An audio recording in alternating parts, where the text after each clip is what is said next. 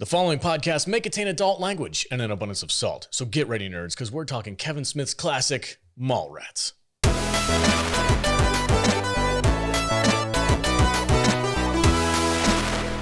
Welcome, everybody, and thank you guys so much for watching this special episode of the Salty Nerd Podcast. I'm your host, Alex the Salty Nerd, and today we are talking about the classic Kevin Smith movie, Mallrats, and I'm joined, as always, by my fantastic panel of nerds.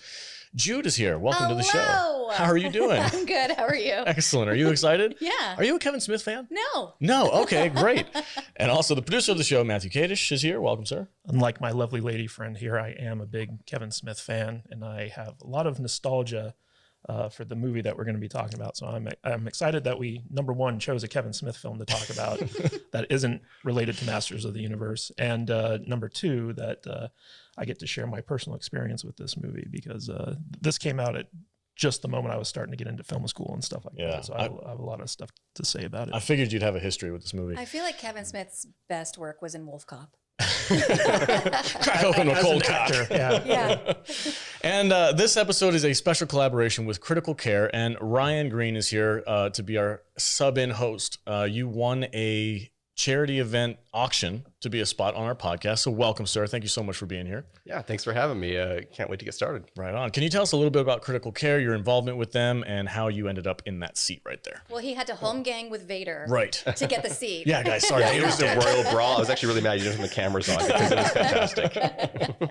Yeah, Critical Care Comics is a charity that I joined last year and really passionate about what they do for Las Vegas. So they send cosplayers who are dressed as superheroes to local hospitals, and they bring toys and comics to kids. The central mission of the charity is that we're trying to make kids smile, if only for 28 pages at a time. And then we're doing some cool work with trying to raise funds and awareness around town, and working on a new project to launch a scholarship fund for childhood cancer survivors. Oh, that's awesome. Yeah. Right and at one of your fundraisers, basically you asked us to donate something to a auction, and we were like, well, we don't have anything. So we're super broke. Why don't we donate an episode of the podcast? And so like we had some people bid on it, and people were like, what the fuck's a podcast? and you actually, because we in the auction thing, it wasn't just an appearance on the podcast where like we make your own show. We're gifting you an NFT of this show. And so like we're doing some interesting Web3 stuff with this particular episode.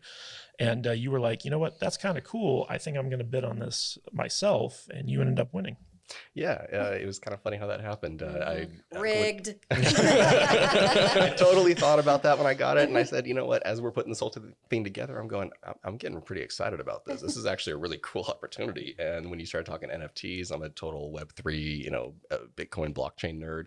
So love the concept of that. And it was actually funny because I've known Jude for a few years, and we have a mutual connection with the charity. Who our friend Casey, who is a fantastic Loki cosplayer, does voice acting and everything else. So kind of created a good bridge to be able to create this whole thing. And I appreciate you guys doing this for us. Of course, Ryan and I were both members of a movie club that we used to go to. It's kind of disbanded a bit since COVID. But yeah, we've known each other for a couple years now. Yeah. Right on. Cool. So tell me, why did you pick Kevin Smith's Mallrats? Of all the movies, we were like, you can pick any movie you want, man. Just let us know what it is, and we'll do a show on it. And you picked Mallrats, which is a classic. I love the movie. Why did you pick it? So it was funny when I picked it because it's been a few years since I watched it, and I've always thought of Mallrats as being my favorite movie. And so it was kind of the first thing that came to mind. And as I'm rewatching it for this episode, I'm just thinking to myself, there's a reason this is my favorite movie. This hits on so many notes for me. It is, 90s nostalgia. It's comic lore before comic stuff was cool. I mean, we'll get into it, but there's a Stan Lee cameo. Nobody was doing Stan Lee cameos in 94. Yeah. So it was ahead of its time on like the comic culture and how that's transcended. And then it's just got this great mixture of acting where you either have a group of people who are just like exclusively 90s stars and a group of people that went on to have 20-year-long careers and relevance still. And then you build in the charity and the fact that this movie has so much going on when it comes to love of comics and how central a theme that is. And that just, that hits what we do. Yeah. And we are a charity full of comic nerds. So being able to celebrate that at every turn is something we're all about. Nice. Yeah, it almost feels like like Brody could have gone off and been like, let's do a thing where we send cosplayers to visit kids in hospitals and stuff. It'll be like that. freaking awesome. And then he goes in and stink fists all the parents. Stink fist. Oh my gosh. I forgot about that part when I watched this. So I haven't seen this movie in a while, but Jude, do you have the synopsis ready to go? I sure do. All right, take it away. What is Mallrats all about? 1995. Mallrats, rated R with a runtime of 1 hour, 34 minutes. This had a budget of $6 million. What do you gentlemen think that this brought into the box office when it was released? When it was released, I'm going to say $8 million. Ryan? Actually, I have to interrupt here. It was a budget of $8 million, wasn't it? No, it was $6 million. Are you? I checked and I double checked. I'm going to say 8. Okay. Oh, are you now? The budget was $6 million, Ryan. What do you think this has brought in? With a $6 million, I think it underperformed. I think probably 4 or 5. $2 million. That's it. Oh, that's such Yeah. a shame. Yeah, it was not a hit. Well, Kevin Smith always does say you fail upwards in Hollywood, so Yeah. Well, it became a cult classic for a reason, I think. yeah. It made a lot of money on DVD and video. Like all of Kevin Smith's career is built off the success of DVD releases. So like his movies just don't do well in the box office. Yeah. They never have. But they find their audience on home video. For sure. I feel like streaming was a really good move for his career. For a lot of people's lot careers. of good opportunities to be able to just go straight to streaming. Yep. You ready? Yep. Take it away, Jude. Okay. When two asshole besties get dumped on the same day, they go stalk their exes at the mall. Shannon Doherty moved immediately on to Ben Affleck, who just wants to what in her butt. While Jeremy London's ex, the girl who met Joe Black, has agreed to be a contestant on a dating game show being filmed at the mall because that's the only place in the whole town where anything happens or anyone goes. Good thing, too, because Jay and Silent Bob are hanging out at the mall pet shop, practicing their levitation and waiting for their diabolical orders to sabotage the show. Snoochie boochies. Discuss. Alex, Yes. do you know who's in this movie? Ethan Suppi. Hold on. Let me give you a hint before he ruins it. The The mall security guard, does he look familiar to you? Is that Sven? Sven Thorson. Sven Thorson is in this movie. I had no idea that was him. That guy's everywhere. He is everywhere. Yeah, he plays LaFours, who is actually, so it's a nod to, Kevin Smith being a movie nerd. Butch Cassidy and the Sundance Yes. Kid, Butch The Straw Cassidy and Hat. the Sundance Kid are always on the run from the Marshal LaFours. And so Kevin Smith with, Jay and Silent Bob in this, he wanted to do a nod to Butch Cassidy and the Sundance Kid. And Ryan, in case you don't know, we here on the Salty Nerd podcast are obsessed with Sven Thorson. At least I am. He's one of Arnold Schwarzenegger's buddies, and he just appears as like a little cameo in like every Arnold Schwarzenegger movie ever made. And to see him in this movie was just kind of funny to me, because like I remember when I first saw this, I was not aware of Sven Thorson. Yeah. But now that we've been doing the podcast for a while, I clocked him. I was like, Sven Thorson, there he is. Oh, see, and I love that Zeroed because in. I knew the LaFours reference back to Butch Cassidy. I didn't know all of the Sven Thorson stuff. Oh, So yeah, that's a fun little Easter egg to add on. Yeah, the straw. Now that you mentioned, I don't know why I didn't pick up on this, because Butch Cassidy and the Sundance Kid is my favorite Western, like ever. I love that movie. It's got a very, very nostalgic thing with me and my dad, and the Straw Hat. I'm picturing Butch Cassidy and the Sundance Kid in my head now. That's awesome. That's a great freaking cameo, dude. I love that Straw Hat. That's so funny. And I love the fact that throughout the movie, he doesn't say a word. It's Yeah. all just facial That's expressions. what he's known for, Yeah. not saying anything. every movie that he's in, like he never says If anything. he has one line, it's like amazing. Yeah, like in Running Man, he said, "I'm gonna go do some steroids." Yeah, and then that's, like, he it. that's his disappeared. only line in the movie. I'm gonna go do some steroids, and then he just walks away. Never see him again. but he was also in Hard Target as one of like the guys trying to hunt down Jean-Claude Yep. Van Damme. Yep. Didn't have a word in that. So Was he in Call the Conqueror too? yes, he was the king. in Yes. Call the He was. Oh, Conqueror. Yeah. that's right. He's the king. Yeah, he had lines in that movie. He did. But then he dies immediately. Yeah. Yeah, but he was also in Conan the Barbarian, Which one? The Arnold Schwarzenegger? the one? original Arnold Okay, Schwarzenegger one. right on. Cool. I love Sven Thorson shows up in a Kevin Smith movie. That's bananas. That's awesome. We all should right. have a 6 degrees to Sven Thorson We should. week. We should just do a Sven Thorson week and just have like random movies from that 90s action films. You're going to add it all up. It's going to be like 5 minutes of screen time for him across like 12 hours of movies. We just do a supercut of like, his appearance in movies. Remember him in that one? It's a good idea for a short. Oh man. We should try to interview him, get him on the show. That'd be Yeah. amazing. You wouldn't say much, though. Right. Yeah. No, we be just staring ask at him the camera. questions and he'd just like not say anything. Yeah, just stare like, at you. oh, that's Have just Sven. Yeah. look at the camera and just nod. Classic Sven. All right, so I'll start off. For me, I don't remember the first time I watched this movie. I have no idea how old I was. I don't know how it came across my radar. I'm going to say this, and you guys are going to laugh. Ryan's not going to get this, but I'm pretty sure I watched Jay and Silent Bob Strike Back first. And then I went back and said, where are these guys from? Oh, Mallrats. And I went back and watched Mallrats. Was this their first appearance? Yeah. No, they were in CLERKS. They were in CLERKS. CLERKS, Yeah. that's right. CLERKS. Yeah. Okay, yeah, that was the first. Yeah, Okay. and that's actually my experience too. Is I started watching. I think I saw Jay and Silent Bob Strike Back first of all the Kevin's. No, I saw Dogma first, and then Dogma, Jay and Silent okay. Back, God. and then I started You guys going are so back young. to. I don't think it matters. Like, when did you first meet Jay and Silent Bob? Yeah. Hey, I was one of the OGs. Yeah, Katie's the OG. I discovered Kevin Smith through CLERKS, and then I followed his career on.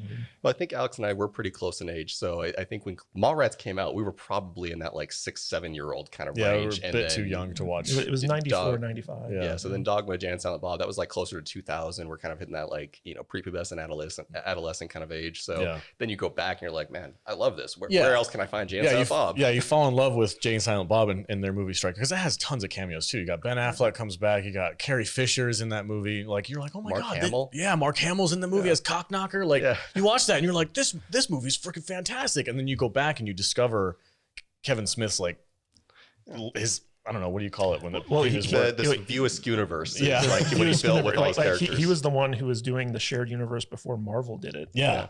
Well, and also great when since mentioned Jay and Silent Bob Strike Back is he makes a joke at the very end of Mallrats about, that's a story for another time. Yeah, and they have the that chimp. with the chimp, and it's named after a Weezer song, Suzanne, and like then Jay and Silent Bob, he builds an entire plot, like a side plot to this chimp that they're with. It's like actually a big core part of the movie. Yeah. But it comes from Mallrats. Yeah, the Kevin Smith universe is a ton of fun, and I think I discovered it with Jay and Silent Bob Strike Back, and went back and watched I watched CLERKS and this Mallrats movie, and then I probably moved on and watched some of his other stuff. One of my favorite Kevin Smith movies is actually was it Red? What's it? Red State? Red State. Yeah. Did you ever see Red State? No, actually, I missed that one. That movie's nuts, dude. Like, you wouldn't expect it to be a Kevin Smith movie, but anyway. I fell in love with Kevin Smith, man. His weird like pseudo intellectual dialogue where they're like saying really big words to say really dumb things.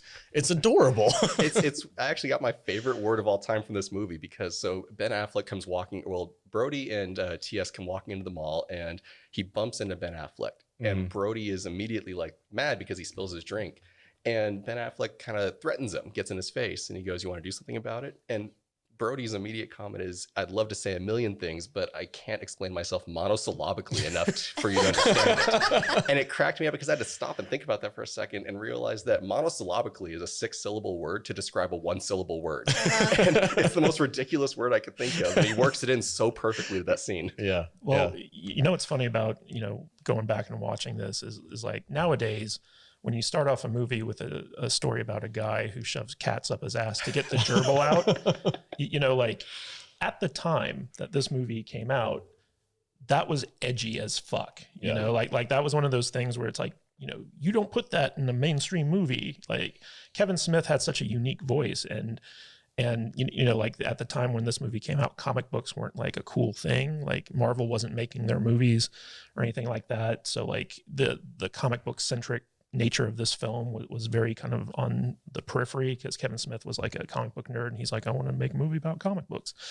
So a lot of the stuff that he kind of paved the way for is very mainstream now. But back when this movie came out, all this stuff was like nerd culture that nobody knew about. And Kevin Smith was kind of bringing to the forefront. And so like he was kind of his career was on the rise at the same time that Tarantino and Robert Rodriguez were on the rise. And they were like, this part, like they called them the Sundance Mafia, because of the Sundance Film Festival is where all these people got their movies discovered and got picked up by Miramax and were kind of like thrust into the forefront of the burgeoning independent film movement in the early 90s. And Kevin Smith was like, Robert Rodriguez made El Mariachi for like 8,000, but Kevin Smith made Clerks for like 30,000. And he like sold his comic book collection in order to finance it. And so, he was kind of like his stuff was so funny and original, and he had such a unique voice that people just kind of like, who is this guy? Like, he's amazing. And nowadays, like you go back and watch this and it's like, oh, this is kind of lame, like it doesn't feel like like anything special nowadays, but back then, like nobody was writing like Kevin Smith was writing. Yeah. It was very unique. Well, So- it's interesting that you're able to get that opening scene where he's talking about the story with the cat, which you're right is edgy and vulgar at that time. But this movie had a lot of studio influence and interference with trying to get it made. And the fact that they allowed that to go through as the first thing, your introduction to this movie is that story, is kind of surprising. Yeah. And then they bookend it with the story about the masturbating on the plane that's crashing. Oh, this movie has so many bits that pay off later on. Things that good setups. And then they get off, and nobody ever talks about it again. That's the wildest thing. Jude, you mentioned that you're not a Kevin Smith fan. So what's your? Is this the first time watching this movie? So I watched this last night and I was like, God, I don't remember when the last time I watched this was. And then I realized about 15 minutes in, I've never seen it before. No way. I know it's been on, and so I have seen parts of it, and I guess I just thought that I've seen this before, but I had never seen it before. It was not love at first sight No. for me. No. I get what you guys are saying, and I think talking about it is more fun than the actual watching of it, for me at least. But they're like, I feel like the main characters, the heroes of the story that you're supposed to be rooting for, they're just so unlikable, Oh, they're especially douchebags. Brody through the Yeah. whole thing. And then when Shannon Doherty chooses him, I'm like, girl, you don't have to just choose between him and Ben Affleck. You could just choose something else for yourself. You don't have to choose between these two dickheads. Well, you know what's interesting is that Kevin Smith's inspiration for this movie were films like Caddyshack and Animal House. And his justification was like, if you watch those movies, all the main characters are just assholes, and there's varying degrees of like what you have the rich assholes who are the bad guys, and then you have the good assholes that aren't rich, so like you like them. And so like his inspiration for making this movie was he was like, yeah, I'm pulling from those films. And so like, yes, everyone in this movie is an asshole, and that was on purpose. Yeah. I keep thinking of Ethan Suppi in this movie. I think that's how you say his last name. He's the dude who's staring at the 3D painting the whole time. Oh, right. Yeah. I love the movies that he's in. Like he shows up as like these side characters. Most of the time they don't even have a name. He's just in movies in the 90s. And I love watching him, especially now, like knowing what he's become. Have you seen him lately? He's freaking jacked. He's ripped. Yeah. Yeah. I adore that guy. He's kind of like my Sven Thorson. He just kind of shows up in movies and I'm like, that's Ethan. There he is. So badass. Yeah. So, but this was like the first movie I remember seeing him in, and he's always been fat. In fact, he was the poop monster in Dogma. Oh. And so like now that he's like all ripped and jacked and he's like trying to position himself as like an action star and stuff like that, I'm like good for you. Yeah, Yeah. man. I'd love to see him more. When I go back to this movie, I don't know which came first, but it was right around the time that he showed up as a bully in the show Boy Meets World. And that was where I recognized him from more than anything else. Yeah. And then seeing him go on to like My Name is Earl and really make a good career for himself. Yeah.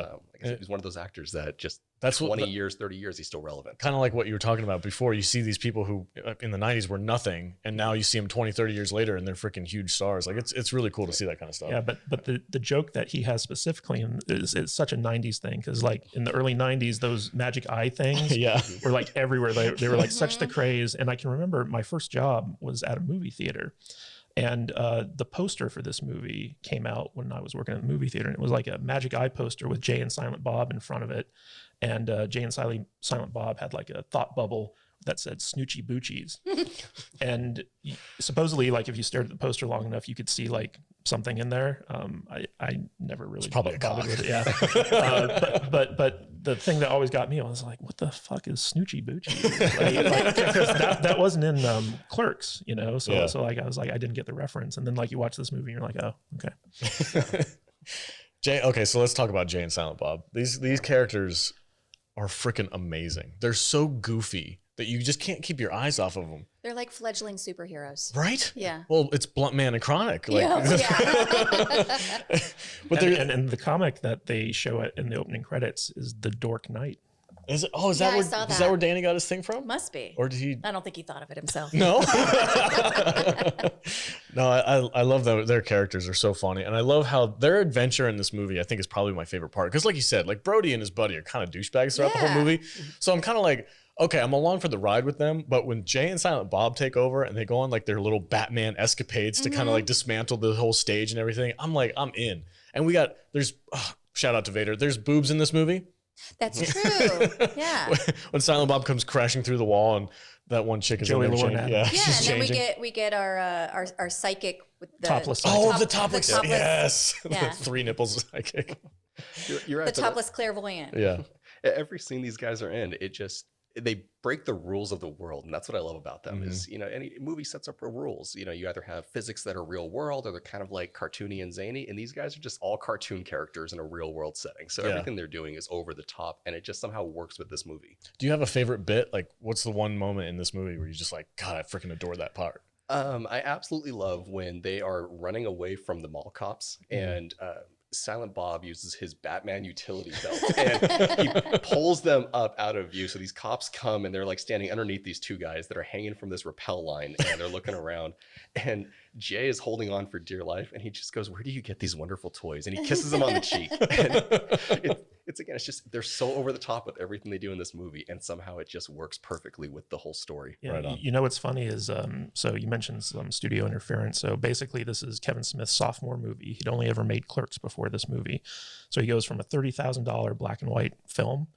to an $8 million big budget Universal Studio film, or $6 million, depending on who you want to believe. I'm gonna murder you in your sleep tonight. So the studio had a lot of influence in this film, and they did not want Jason Mewes as Jay, even though he played, the character in Clerks, because he was like not a professional actor, and they were like, we can probably get a better actor, and so they insisted that Kevin Smith audition Seth Green and Breckin Meyer for the role. And so he was like, well, the studio wants me to audition these guys, and so like he brought them in, and he ended up casting Jason Mewes to reprise the character. And Jason Mewes actually like took the initiative to get like acting lessons, and like was really good about memorizing his lines and stuff like that. In fact, he was better at remembering his lines than Jeremy London, who plays TS in the film, because Jeremy London apparently just like, even though he was a professional actor, like he was just terrible at remembering his lines. And so the studio had Seth Green on notice to fly out to Canada to replace Jason Mewes at any point during the filming of this movie. But once they saw the dailies and Jason Mewes like doing his performance, they were like, okay, I guess he can stay. Jason Mewes is Jay. Like, Yeah, it's him. I don't think you can replace that character with anybody else. Nobody will be able to pull that off. It's hindsight 2020 because he's been doing it for so many years. But you're right. I mean, he just embodies that character. You don't see Jason Mewes do hardly any other acting. I've seen him in maybe 1 or 2 other Kevin Smith type roles, but he has done Jay for so many years, and he just nails it. I think he was in Zach and Miri Make a Porno. Yeah, and he's the double Dutch rudder guy. But it's cool. For anybody listening, look up a double Dutch rudder if you don't know what that is. We'll leave that to your imagination until then. Oh man, I forgot about Zach and Miri until just now, and I said it, and I'm like, man, that movie was freaking wild. Like, talk about pushing the envelope on like what studios were allowed. That movie freaking does some weird things. That was one of the ones I think he had to fight with the association to get it to be an R rating and not an NC-17. Yeah. Also, we have to remember that when this movie came out, the only Star Wars movies that existed were the original trilogy. The prequels hadn't come out yet or anything like that. And so all the Star Wars references were like huge, like geek, like signals. Yeah. So like at the end when he's like, a Jedi craves not these things, every like Star Wars nerd watching that was like, that's Star Wars. Yoda. Yeah. Well, and the entire movie through, he's trying to use his force powers. So he's just like, you just see him in the background constantly trying to do this. It's like, this guy thinks he can levitate shit with his mind, and he's over here like, whoa. And they do the sound effect and everything. It's so goofy. And Jay keeps getting mad at him. He keeps swatting him. Stop it. but then like you have that payoff at the end where the magic eye poster intersects with the Jedi trying to use the force thing, and it pays off. And like you have this entire movie of like setup about using the force, and then like it pays off at the end. It's incredible. Yeah, it was a great one because they're trying to set up. They have a videotape of what's his face, Ben Affleck, doing some nasty things to this chick. You mean in the back of a Volkswagen? In the back, very uncomfortable things. And they have a videotape of it, and they're going to use that as blackmail in front of everybody to kind of like put this guy in his place. And Jay like lodges it into the rafting of the stage, and he's hanging there, and he can't barely reach, just out of reach. He's hanging upside down, just like Luke was in Empire Strikes Back, trying to reach his lightsaber. And Ethan Suplee comes over there and like hits his head on the rafter, and it bounces the tape up. And then Silent Bob's like, And then he puts it in the VCR, and it all works out. Yeah, it's a great So setup. it's funny talking about Ben Affleck because at the time this movie came out, no one knew who Ben Affleck was. He'd been in like Dazed and Confused and a bunch of like TV movies, but like he wasn't the Ben Affleck. Right. And so when I first saw this movie in the theater, like he was just like the generic bully actor type guy. Like I didn't recognize him at all. I didn't think he was anything special in this movie. In fact, his suit's very ill-fitting, you know, like it's way too big for him, you know? But I guess on this movie, like him and Kevin Smith really like struck up a friendship. Like they just kind of got along with each other. And so Kevin Smith started casting him in like future movies. And I really think it's Smith who kind of gave Ben Affleck the fan base he needed to go off and do something like Good Will Hunting, which launched him and Matt Damon into the stratosphere. Because the movie that Kevin Smith did after this was Chasing Amy. He kind of went back to his more indie roots, away from the studios. And Ben Affleck and Matt Damon actually like have a big role in it. Well, Matt Damon has like a little cameo, which almost steals the movie. But Ben Affleck, you know, is a big part of that film. And that was really the thing that kind of like made Ben Affleck marketable, I think.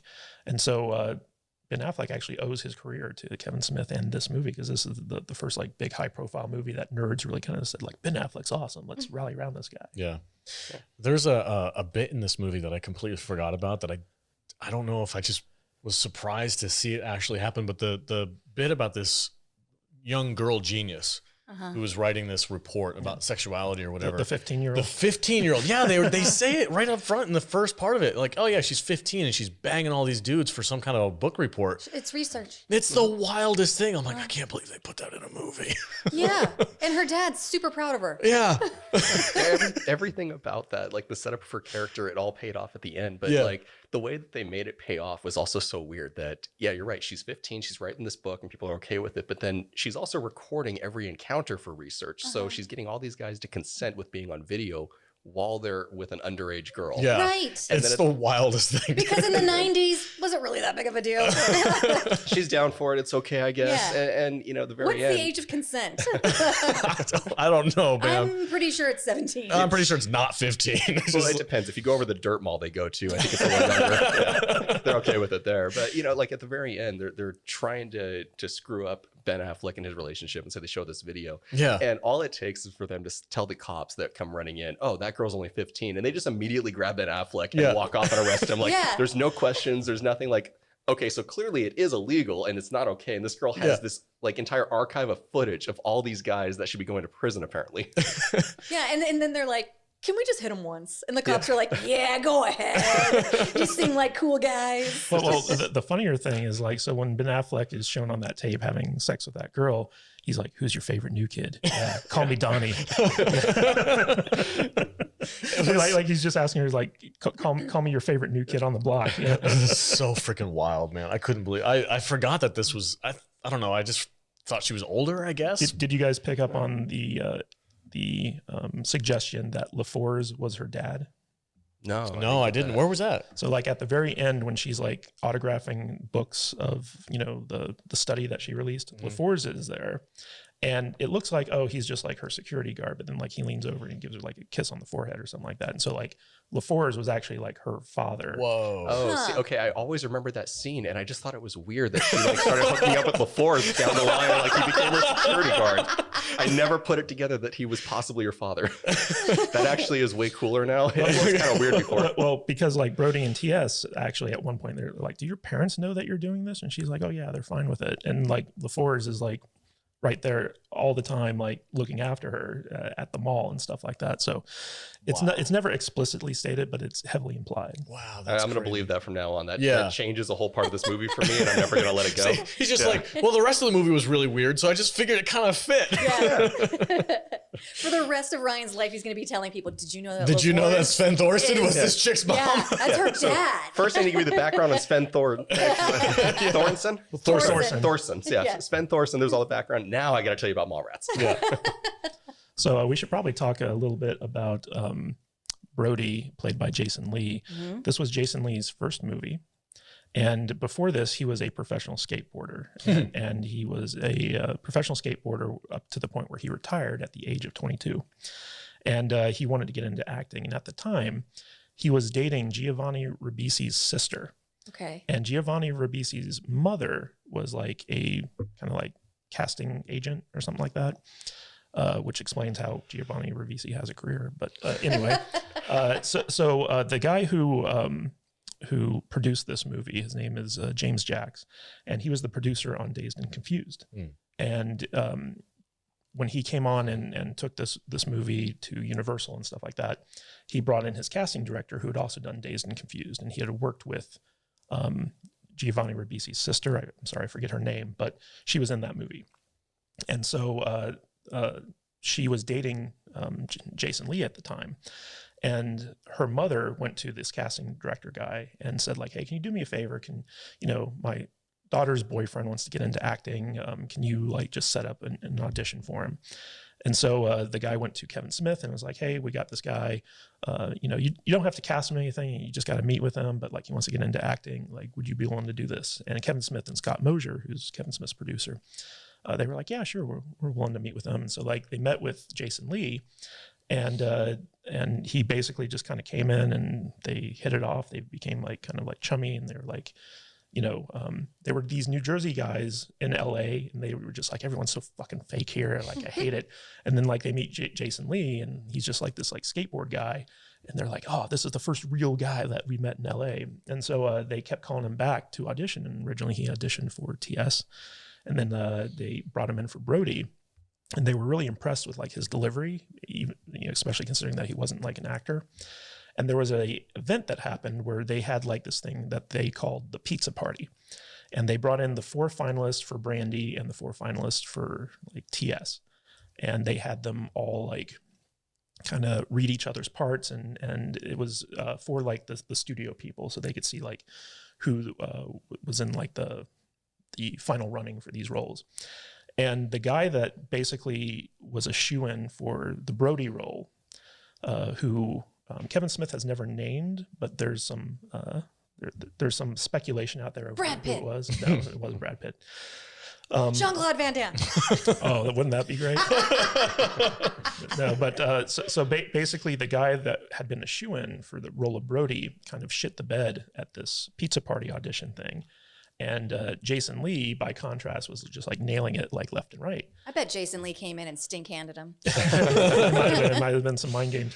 But so the studio heads were like, this guy that you have that is the favorite to play Brody, like, we don't really like him all that much. And Smith was like, well, what about Jason Lee? And they're like, yeah, like he seems pretty good. And so Jason Lee got the role when this guy basically failed to perform. And from what I've been able to find in my research, 2 of the finalists for the role of Brody was Steve Zahn from Sahara and Adam Sandler. Oh, okay. And my guess was it was Adam Sandler who basically like Botched it. And it's funny because if you look at the t-shirt that Brody wears throughout this entire movie, he basically took the 3 actors who he was up against in that pizza party and morphed their faces together. And so like that's an amalgamation of the 3 actors he beat out for the role of Brody in the movie. That's a goofy t-shirt. I never really even realized I that. kept eyeballing his shirt the whole movie, being like, what is that? Who is that? But that's a combination of Adam Sandler, Steve Zahn, and some other actor that basically he vanquished for the role. And one of the other actors that I heard was in that running was also Mike Myers during those years. Oh, really? Huh. Yeah. Oh, wow. Cool. That would have been dope. Yeah, that was Mike Myers and Adam Sandler right before they started getting really big with some good movies. I can't picture Mike Myers in that role. I can't picture Steve Zahn in that role. Like The only thing I can ever see Mike Myers doing is Austin Powers. Like Right. that's all he is. well, but had Wayne's World came out before this, right? So like Mike Myers was like a huge deal at the time. But he was so much more adult. Like he just looks older than Brody. Yeah. And I can't picture him banging Shannon Doherty and getting away with it. Brody's room is amazing. Like I look at Brody's room and I'm like, it kind of looks like our studio. It's just movie posters and like X-Men posters and all kinds of stuff. Brody's comic book collection was actually you wanted to I figured you were going to jump in on that one, but I'll take it. So, Yeah, go ahead, man. Yeah, if you look in the background of Brody's room, the comic book collection, that's Kevin Smith's collection, that most of which he sold to finance Clerks, along with maxing out all his credit cards. And after Clerks was a huge hit, he bought back a lot of his collection, and then he put it in this movie. Oh, that's cool. So I wouldn't be surprised if a lot of the stuff on those walls is also probably Kevin Smith's collection of things. Just populated the room. Hell, with his that was own probably stuff. Kevin Smith's room. At his mom's house. Yeah, exactly. just a beautiful basement dwelling cave. Like Yep. That's what when everybody makes fun of nerds for being like basement dwellers, that's what they picture. They picture Brody in like a wood paneled basement with a bunch of nerd posters everywhere and a Sega playing freaking hockey. But this was Jason Lee's first movie, and it's kind of funny because TS is supposed to be the main character in this movie, but Jason Lee was so much better than Jeremy London that he stole the film. And so a lot of people consider Brody to be the main character of this movie, even though he's supposed to be like the Randall to TS's Dante, you know, like he's supposed to be the comic relief to the straight man, who's the main character. And it turns out like he was so good in this movie that everyone's just like, yeah, this is Brody's movie. Oh, Jason Lee's delivery throughout, the stories he tells and like the logic behind it is phenomenal. They have this great conversation where they're talking in the mall about whether or not the cookie stand counts as part of the food court. And they're arguing about this. And I mean, clearly in that conversation, like in all these conversations, TS is the sidekick. He is not the one running the show. And Jason Lee's character, Brody, is just going into all of these tangents and these, I mean, you just question what this guy thinks about in his downtime. Yeah. And it's like the greatest conversations. And it reminds me anything else that you watch where the dialogue is just phenomenal between characters, and Brody, just every scene he's in, he steals that scene with it. Yeah. The what is it? Quasi intellectual or whatever. Like it's really complicated. Like you said, really complicated words to describe something very simple. Yeah. Brody delivers that flawlessly. And I think everybody else in this movie struggles a little bit to do it. And they're kind of like, this is really hard dialogue to kind of like fumble over to say something really dumb and easy. And Brody just freaking nails it every time. But to get to some of the dialogue, like, you know, this movie, when it came out, like they actually had a conversation over whether or not Superman could have sex with Lois Lane and have her carry his baby to term without dying. And this is stuff that, like, if you ever collected comic books and like hung out in a comic book shop like I did when I was in high school, these were conversations people in the comic book shop would be having, and arguments that they would be like, no, man, it'd be like a shotgun. Like when he came, like just punch right through her. And like when I saw that in this movie, I was just like, Kevin Smith gets me. Yeah, no, for real. When you hear them talk about that, you're like, I can't argue against that. That is absolutely true. It's a real conversation. So that one actually, I don't remember the author, but he based that off of a paper that was written in like 1971 where somebody really analyzed whether or not Superman and Lois Lane could have kids and what it'd be like. So Kevin Smith pulled that from another source material. Oh my gosh. Brody's obsessed the entire movie, and he gets into that. He meets Stan Lee, and he's just idolizing this man, and he's asking all these sexual questions. Is the thing's cock made out of orange rock too?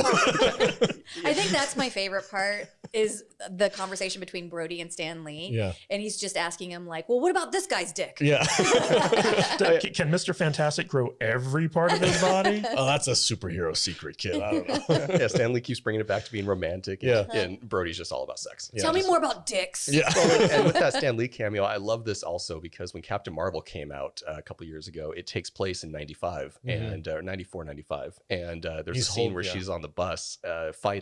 And Stan Lee's cameo in that Marvel movie is him sitting on the bus reading the script for Mallrats. Yep. And it's funny because Kevin Smith saw that and he was like, wait a minute, does that mean that the View Askew universe is also canon in Marvel?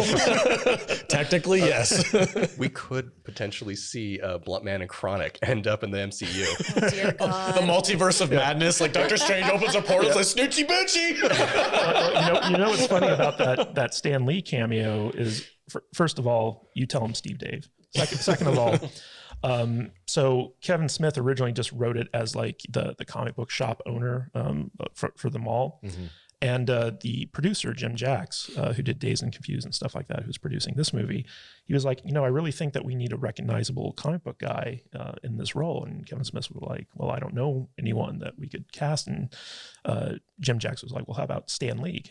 Can we bring in Stan Lee? And Kevin Smith was like, fuck yeah, we can bring in Stan Lee. But like, he's probably like, can we? Yeah, exactly. He's like, I don't know Stan Lee. Like, does he even do like movie cameos? And Jim Jackson was like, well, I have dinner with Stan like once a month, like we're friends. And so like, I'll pitch it to him next time I see him. And so he went and had dinner with Stan Lee, and he called up Kevin Smith, and he was like, hey, Stan's interested in it, but he wants to talk to you first. And so like Kevin Smith calls him up, and Stan Lee, you know, he has this big bit about the girl who got away.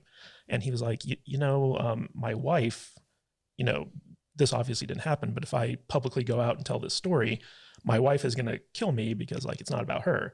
And so like, can I have a scene where I'm like, oh, I was just joking about that girl, or I made it up. Yeah. And Kevin Smith was like, dude, you can have whatever you want.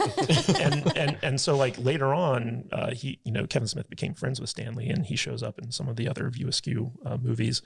But he realized like later on down the line with his friendship with Stan Lee, that Stan Lee actually just used that as an excuse to get more screen time.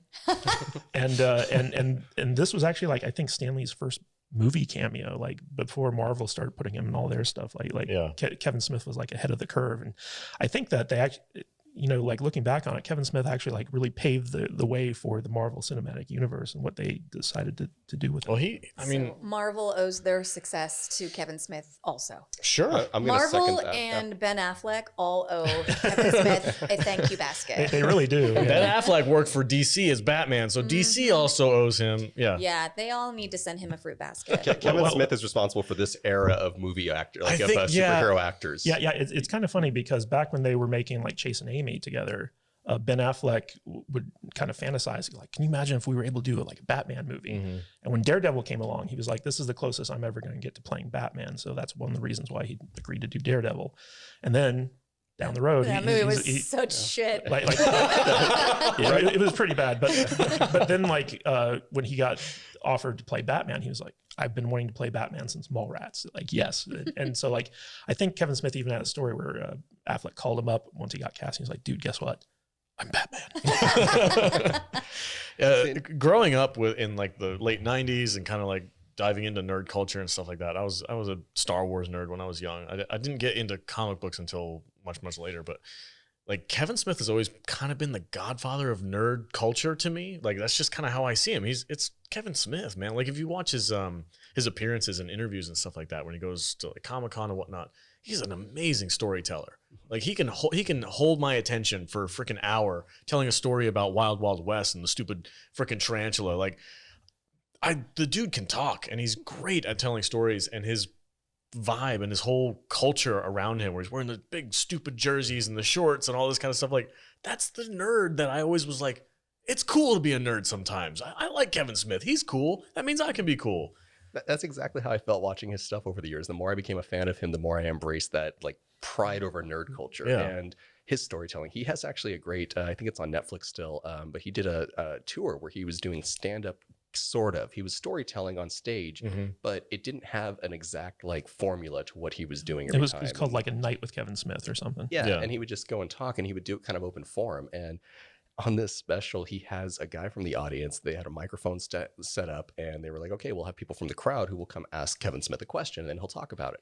And this guy asked him a question, and Kevin Smith talked for like 45 straight minutes. Like the guy sat back down, and it was supposed to be kind of a round of people asking questions. Yeah. But you're right, the man can talk, and he can tell stories so well. And it was one of the, I would take that over a lot of comedy specials I've seen. It was just that fun and entertaining. He was telling stories about trying to direct Bruce Willis and being scared of Bruce Willis. I was going to say like his bit about talking about finally working with Bruce Willis on Cop Out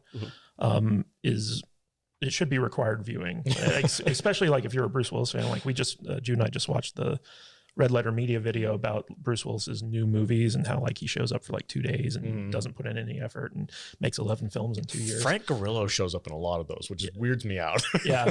But so like we've known for a long time that Bruce Willis is just kind of like a nightmare to work with, and to hear Kevin Smith kind of talk about his experience, especially like coming at it from like, I love Bruce Willis, like idolization. It's really fascinating. And when I was in film school, we actually, my university tried to get Kevin Smith to come in and do like a speaking engagement for like the film school, but he was like charging like $20,000 at the time. And everyone's just like, we can't afford that. But it is kind of funny, like to talk about Kevin Smith as a storyteller, because he's a brilliant storyteller. Like he understands just kind of inherently story structure and dialogue and characterization, but he's a very poor director. Like he doesn't have a unique visual style. Like he just kind of puts the camera there and says like, okay, read my lines.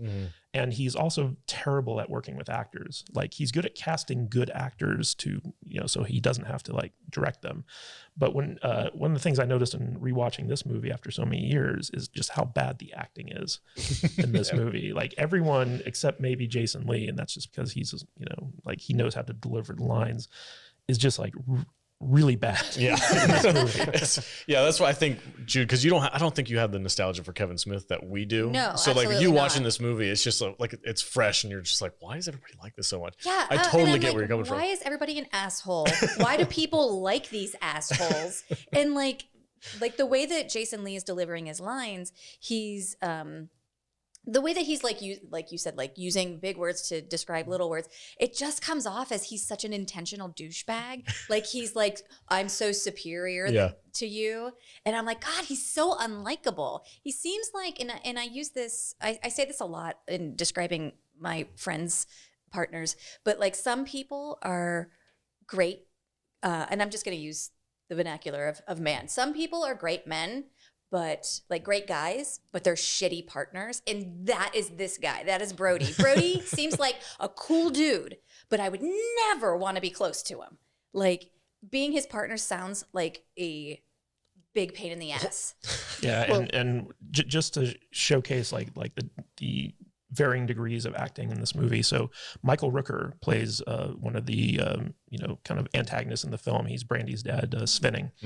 And basically, Michael Rooker is a great actor. Yeah. And he was one of the veteran actors who was involved in this movie. In fact, originally he was going to have like gray hair, but he just decided to shave his head and look like Lex Luthor for this movie. Yeah, he does give Lex Luthor. Yeah. So basically Michael Rooker has a lot of scenes where he's playing against Jeremy London, who plays T.S., who's his the character's daughter's, boyfriend. Yeah. And Jeremy London is a terrible actor. Like I honestly don't know how he got cast in this movie, but when you see Michael Rooker acting against Jeremy London, like the variation in acting ability is very obvious.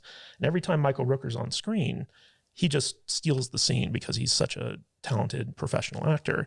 And that's really one of the things where, when I was directing movies, I knew that 90% of directing is casting. If you cast the right people in your movie, you don't have to worry about the performances because they can handle it.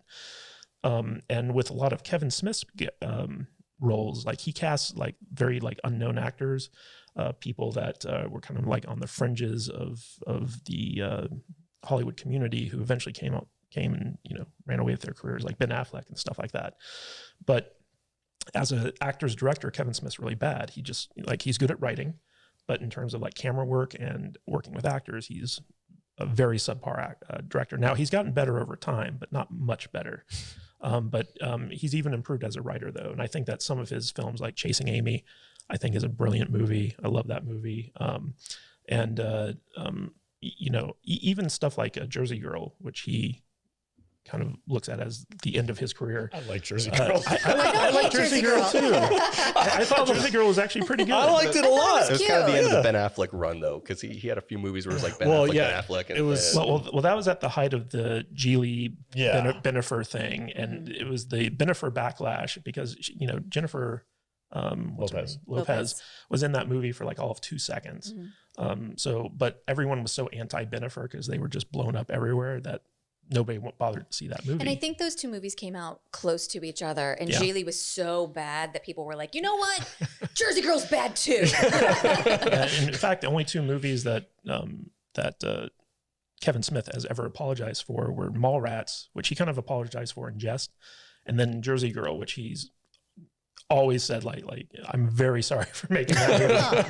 You know what I miss about Kevin Smith is like for Dogma and like movies like that, he got like protested. People were mad that he was making movies, and there was this one. It was like a news clip from when Dogma came out, and you can see like the line of picketers at the movie theater, and Kevin Smith is there with the picketers, going, "Yeah, this movie sucks. Like it ain't right, man. It's a bad movie."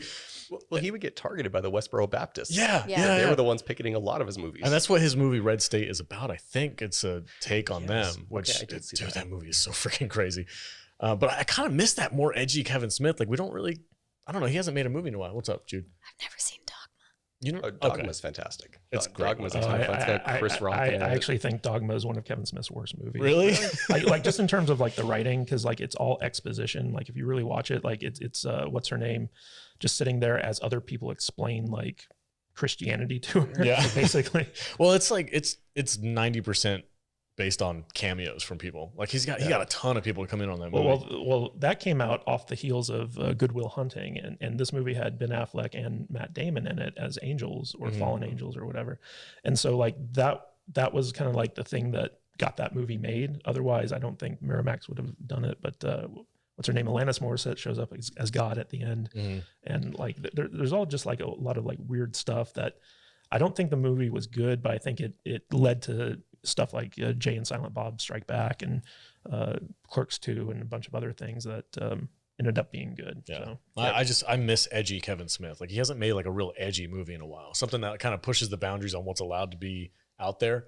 I feel like he needs to go back to his roots and make some stuff like that. I know he's making Clerks 3, I believe, right now. So I'm hoping that he... Well, there's also, he's making a sequel to this, Mallrats 2. Oh, is it's he? called, Okay. It's called Twilight of the Mallrats. Okay.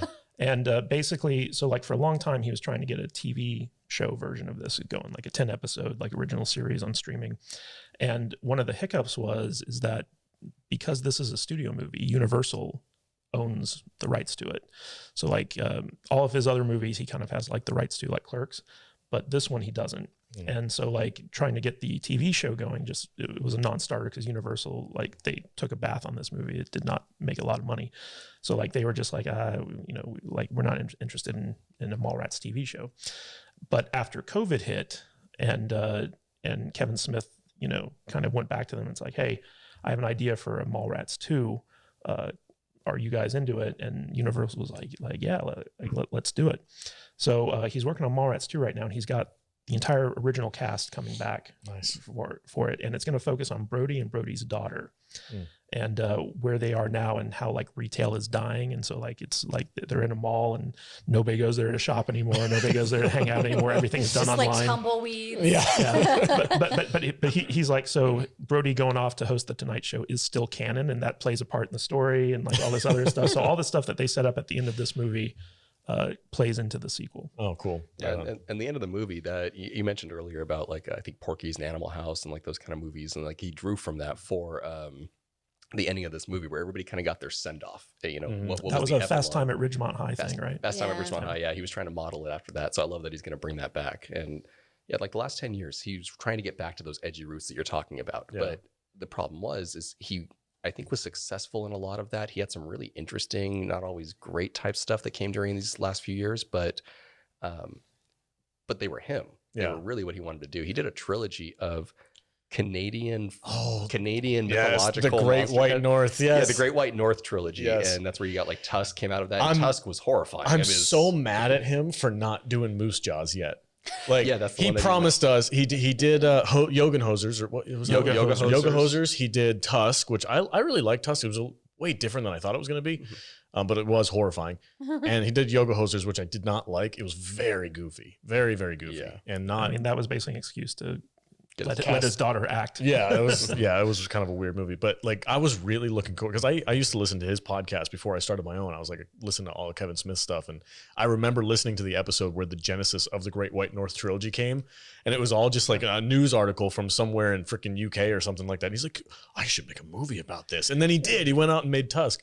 And I'm like, he talked about making one where it's just a remake of Jaws, but it's a albino moose in Canada just eating people. And I'm like, I need that movie, bro. It's kind of funny because Jaws is one of Kevin Smith's all-time favorite movies. They made a joke about it in Clerks. But in this movie, TS has this plan to propose to Brandy in Universal Studios at the Jaws thing. Yeah. And when he's explaining it, Brody's just like, that's the most romantic thing I've ever heard. You got the Jaws music all dramatic in the back. And Jude was like, that sounds like the perfect proposal. Seriously, I was into it. You were into that? Yeah. That's amazing. Well, you know how much Jude loves shark movies. Yeah. That's true, huh? Yeah, and it made me feel all insecure about the way I propose. Yeah. Well, it's another one of those bench bullshit. I took her to the place where we first met and proposed, but I should have taken her to Universal Studios, man. Should have taken her to the shark reef. Right? All right. One other thing I wanted go to ahead. touch on is Kevin Smith's kind of prone to nepotism in the sense that, you know, he makes movies with his friends and family. Right. And that's always been his thing. And in this movie, this is where he first met Joey Lauren Adams, who's like the blonde girl that he keeps like busting in when she's trying on clothes. And after this movie was over, they started dating.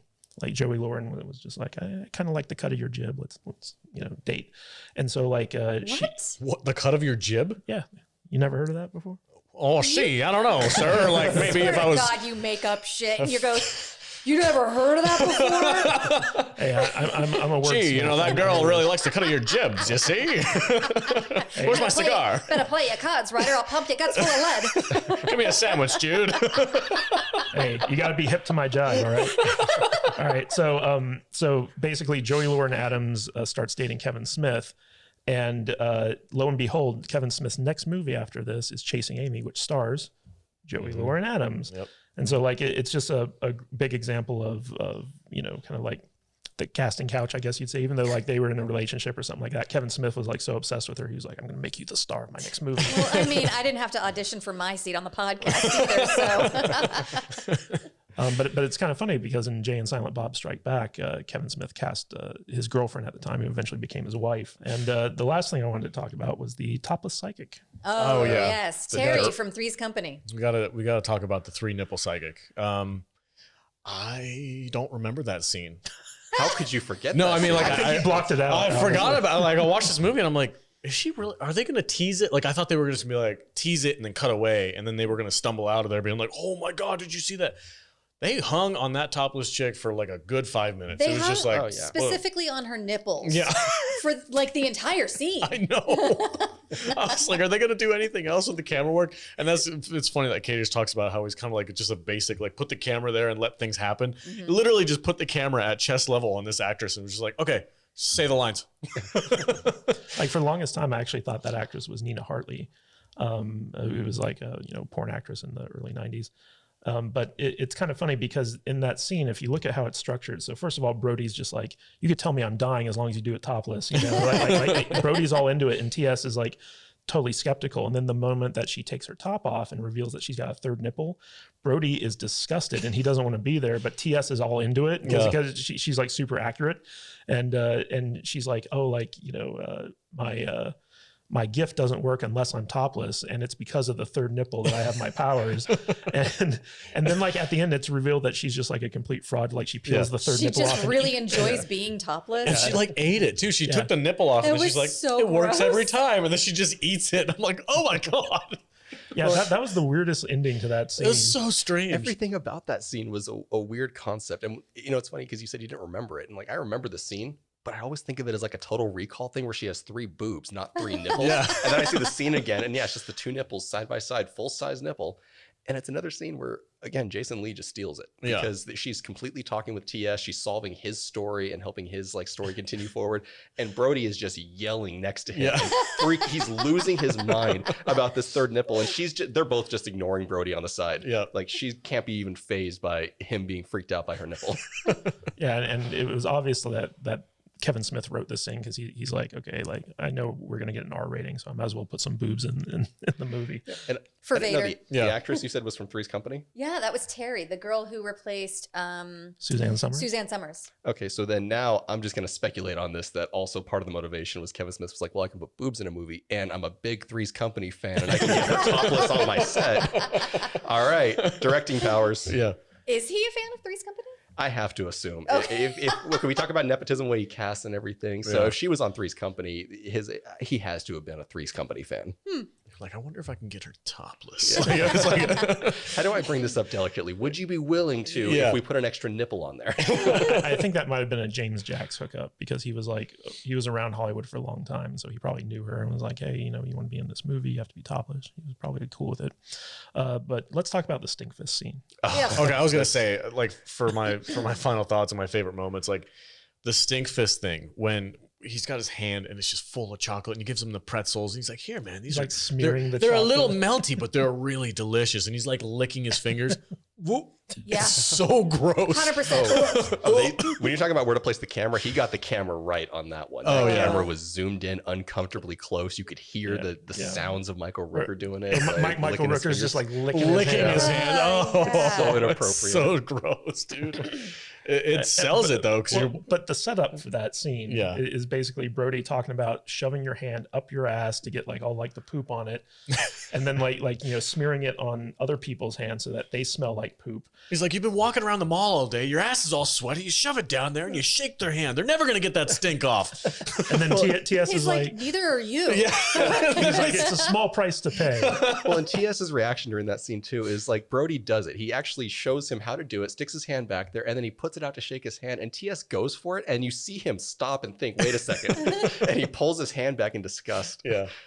It's such a wild. That's like that Kevin Smithism that I miss in movies sometimes. Just like the weird shit that he comes up with. And that whole plot line, because it was a plot line for like the third act of the movie, the stink fist, it caused a sequence of events that destroyed the entire show, derailed the entire show that they were trying to make at the mall. Amazing. Like, who would have thought? Well, Like, you can make a dirty little joke like that, and it affects the entire rest of the movie.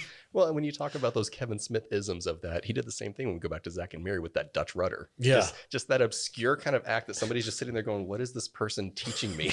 But they're going along with it. Yeah, it's crazy. Talking about gross things like this that you guys all think is so funny just makes me say to myself, dudes are so fucking weird. Okay, you say that, but if you really had the opportunity to stink palm somebody who deserved it, No. I think it was a teaching moment. It was Ryan- a teachable moment in this Ryan, movie. have you that ever we take. stink palmed somebody? I cannot admit or deny this. Ryan, are you a stink palmer? Look, all I'm going to say is if you see me hanging out with anybody who has pink eye, don't look my way. We'll talk after. You know who we haven't talked about yet? Who's that? Shannon Doherty. This was 90210 years. This Yeah. was a- She it was She was the hot biggest shit. actor This is a in weird this role. movie at the time. Who was she? She Brody's was ex-girlfriend. yeah, she Oh, was Brody's okay. girlfriend. I'm not a 90210 guy. Yeah, So. so like she was coming off of 90210, and she was like one of the hottest young actresses in Hollywood at the time. Renee. Notoriously difficult to work with. Yes. And like when she was cast in this movie, they even have a joke in here where Ethan Suplee looks at her and he's like, Brenda, and she's like, Dick, and she like hits him and like walks away. And that was like at the time funny because her character was named Brenda in 90210. But that joke does not age well at all. Like people like Alex who have no idea who Shannon Doherty is, he's just like, what was the joke there? She was just, I don't know. Yeah, I guess I never thought about it. I just thought she was kind of a jerk to Ethan. Yeah, she's kind of bitchy. Yeah, And I that's had all to I look got. that up because I know that he says Brenda and she gets mad, and I didn't get the reference. I had to look up and figure out that it was a 90210 thing. Oh, But okay. she's got a weird distracting character thing going on throughout the movie where like they're at a mall and everything is taking place while they're shopping at this mall. And she has like 3 costume changes. She's the only character who keeps changing her outfit I throughout didn't the even know movie. Catch that. Well, you know why that is. Yeah, it's a weird thing. So when you say she's difficult to work with, she did the movie, but she wrote it into her contract that any outfit her character wears, she gets to take home. Oh my God. Oh my God. So No if you way. watch this movie, she has, I think, a total of 4 outfit changes throughout the movie, and 3 of which are just while she's casually shopping at the mall. So all the other characters are still in like this 3-4 hour time frame, and during that time, she keeps changing outfits because she gets to take it home with her. Oh, I had no idea. That's hilarious. That is funny. Stan Lee looks great. Look at that He beard. doesn't he? Looks, Yeah. man. He is a dashing silver fox. I miss that dude. He was a younger dude back Yeah. then. He kind of looks like Robert Englund in this. Well, and he's got that great bit where he's talking to Brody about how him and Mick Jagger had like a running, Yeah. like a Yeah. competition about who was going to sleep with the most women. So when you talk about like, he looks dapper there. No, yeah. and he just casually says like he left Mick Jagger in his dust a long time ago, so it's not even a competition anymore. Look at I- that pocket square. I on him. know. That collar. I miss Stan Lee, man. He's such a character. And he's kind of the heart of this movie, I think. Like the message that he has for Brody, that whole storyline, even though it's made up, it's awesome. Oh, he's definitely like the fairy godfather Yeah. in this. Yeah, Well, for when sure. you think about like, okay, if TS and Brody are the 2 main characters, and TS is really supposed to be the heart of the story and the main one, the interaction between TS and the topless fortune teller to fix his story versus Brody and Stan Lee, like Right. there's no competition. Yeah. Brody is the heart of that story with Stan Lee. Yeah. Even though he's completely distracted by dongs. Yeah. And nipples. All right, let's do final thoughts and favorite moment. For me, I adore this movie. It has a lot of nostalgia to it. I'm starting to feel its age a little bit because I've seen it so many times now that the jokes aren't landing as hard as they used to. So I'm kind of like, okay, yeah, I know what to expect when I watch it. It's a fun movie. It's goofy. It's classic Kevin Smith, and the pseudo intellectual dialogue is above anybody else's. Like it's unmatched. I'm probably gonna give it's solid 3.5 stars for boobs. So 3.5 stars for Mallrats. I love the movie. It's a ton of fun, and I'm glad that I saw it when I did, because I'm not sure if I would have seen it today, like Jude. I don't know if I would have loved it as much as I do now. You know, when we were watching Buffy, you were like all 90s nostalgia, ing out with like the high boots and mini skirts. Did you get any of that from this movie? Oh yeah, for sure. Like this is the era of clothing and like style that I grew up with, like the baggy pants and the oversized jackets and stuff like that. And like, yeah, it works. I get a lot of nostalgia. I still think everybody looks great in this, except for Ben Affleck, because that suit is huge. His outfit's huge, and it's hilarious too because like his job at the mall is in like a men's like suit store. Was it the Dapper Man or something? Yeah, something like fashionable that. male. But, like, Fashionable male. Yeah, but like everybody else's like wardrobe in this, it still hits for me. I'm like, God, I kind of want to. Like Shannon Doherty's dress when she has sex with Brody in the elevator. That's adorable. I'm like, I want to dress like that.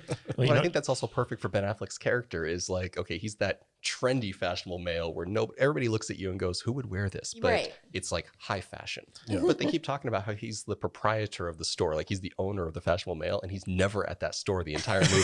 He's just always mall ratting while being mad at the mall rats. Yeah. And you know what's funny about his character? So like at the end, like, you know, he goes to jail for statutory rape, and it's implied that like, you know, people in prison make him their bitch. But in the proposed sequel, like Kevin Smith's been very vocal about this. He's like, so the character that Ben Affleck plays, his name is Shannon, and he's going to be a U.S. senator in the sequel. Oh my God. Of course he is. All right. So final thoughts, Ryan, give it a rating. Go ahead. Yeah. So, I mean, obviously I picked the movie, so I love it. It just hits on all the nostalgia. It's got the great, you know, dialogue throughout. Favorite scene, right when Brody's walking into the mall and he's talking to TS about how like you have to pay attention to things. You know, you've got to keep your head on a swivel or else you risk the danger of shock and awe. And as soon as he says that, there's guys walking with scaffolding, and he just walks headfirst into this scaffold, and you hear this huge sound, and he falls to the ground, and he jumps back up immediately, going, you know, who did that? What's going on? And like no damage whatsoever. And I love that because it kind of sets the tone of the movie that it's kind of like real world, but kind of cartoony at the same time. And that scene, when I was rewatching this movie, I've seen this movie over a dozen times over the years, and it's been a while. And that scene happens, and I audibly laughed out loud in my living room. Like it's the only scene that just got me. And Where the fuck did that come from? He's talking about shock and awe, and then the shock and awe hits, and the timing on its delivery is so good. You know what's interesting about this movie is that tonally it's so different from all of other View Askew movies from Kevin Smith, where, you know, like stuff with Clerks and Chasing Amy, the humor comes from the interaction between the characters, but it's all very grounded in reality. This movie went like full screwball comedy almost, and it kind of carries it out through that with the Wile E. Coyote stuff with Jay and Silent Bob, and some of the over the top kind of like almost cartoonish moments that is throughout this movie. And I think that's one of the reasons why it's kind of stands out amongst Kevin Smith's filmography, is that tonally within the View Askew universe, it's so different from like pretty much anything else out there. It is. Like the Jay and Silent Bob stuff might get close with the cartoony stuff, but it's so cartoony that you lose the real world vibe of those movies. This kind of juggles both pretty well. Yeah. So 1 to 5, is this a 5-star movie for you? No, this one I'm going to give a 4. I love the movie. It has such a special place in my heart, but it's not a perfect movie. The acting could be better. There's little things, but it's a great movie. I love it. I'll give it 4 stars. Right on. Jude, how about you? Final thoughts, give it a rating. I am glad that you guys have such love for this. I do not. I've never seen it before. I can't believe I've never seen it before. I really thought I had. But like, I knew what it was about, but like watching it, I was like, I've never seen this movie before. So for me, like watching it in the year 2022, this does not hold up for me. There was a lot in it that I was like, ooh, You can't say that today. I get why you guys like it. I had so much fun talking about it with you, but I never need to watch this again. So it has Stan Lee in it, and I do like Jay and Silent Bob, and I'll give it an extra half star for boobs because I guess that's what we do. So it's probably a 1.5 star movie, but for Stan Lee and for boobs, I'm going to give it 2.5. An extra star. Right, 2.5. Okay. Stan Lee gets his own half star. Okay. All right, cool. Yeah. Half star for Stan Yeah, Lee. for a movie you didn't Half like, star for 2.5, Stanley. very fair. So every Marvel movie now has to have a half star for Stan Lee. You don't make the rules. The rules are made up. Kadish, go ahead. Final thoughts. Give it a rating. So this movie is pretty much the definition of the sophomore slump when it comes to auteurs. Like it was coming off of Clerks. Clerks was such a brilliant movie that this movie just kind of pales in comparison. And especially like when you factor in Chasing Amy, which was the movie Kevin Smith did after this one, that movie is so much better than this movie as well. And so like at the time that Kevin Smith was kind of coming up, I was deep into like, you know, my filmmaking mode in high school and kind of going into film school in college. And, you know, me and my friends, like in film school, like we would basically create dissertations around Kevin Smith movies. Like he was like who we wanted to be. He was the model that we were striving to achieve. We wanted to be like, you know, independent filmmakers who were like making our own stuff and bucking the system and like doing all this other like stuff that Kevin Smith was actually doing. And so he was a big inspiration to us. And I can remember just, you know, when Chasing Amy came out, like everyone in film school was like flipping out over this movie because it was like so good. And, you know, I can remember getting drunk with my buddies in the dorm rooms watching Mallrats and just being like, this movie's not very good. So the thing about Mallrats is that it has a lot of really fun and cool concepts, but the execution of them in reality, to me, always falls short. So I have to give this movie like a solid 2 stars out of 5, just simply because it's not a good movie. It really isn't. Like it's got funny stuff to it, and it's got some nostalgia factor to it, but just judging it on the merits as an actual film, it is not a good movie. And that's why the rules are made up and the points don't matter. Right. All right. That's it for Mallrats. Thank you guys so much for joining us on this podcast, and shout out to Critical Care for working with us for this charity event. Ryan, go ahead. Let people know how they can support Critical Care, and if they have a website or anything like that, go ahead and let them know. Yeah, absolutely. So Critical Care, you can find us online. We are very active on our social media, wherever we're going to be around town or wherever we've been, at Critical Care Comics. You'll find us on Facebook, Instagram, TikTok, and our website, criticalcarecomics.org. Stop by the website. We're always looking for volunteers. You can either volunteer as an agent, where you do a lot of support roles, or as a hero, where you dress up in cosplay and you go visit and interact with kids. So we're always looking for volunteer applications, and we're always taking donations to the website. Right on. What was the website again? criticalcarecomics.org. criticalcarecomics.org. All right, cool. All right, Jude, say goodbye to the people. Bye, people. You can find me at I am Jude Juju on Instagram, Twitter, and TikTok. All right, Matthew Kadish, take it away. You can find me at Matthew Kadish, Kadish on Twitter. Kadishbooks.com takes you to our Amazon page. And don't forget to go to saltynerd.com/rate, RATE, and leave us a 5-star rating on Apple Podcasts. We're trying to get 200 5-star ratings so that we can be accredited movie reviewers on Rotten Tomatoes. So if you guys can help us achieve that goal, we'd really appreciate it. Yeah, we only have like 70. And we know you're listening. So if you could just scroll down and hit those 5 stars, that would really help us out. Excellent. All right, guys. And you guys can catch me on our Discord server. Go to saltynerd.discord.com. I'm in there every single day chatting with our community. It's a great place to be and hang out with a bunch of other nerds. And again, thank you guys so much for Critical Care for working with us. We really appreciate it. And we're honored to be able to do this and have our podcast be a part of something that's so great. So thank you guys. And I hope everybody has a great day, and stay salty, my friends. Snoochie boochies. Snoochie boochies.